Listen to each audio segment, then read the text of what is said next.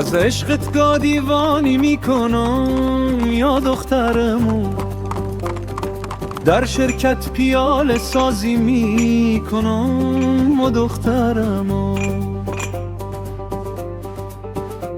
مرا میگویی که تنخوای تو چند است دخترمو، با قرآن مفتکاری میکنم و دخترمو.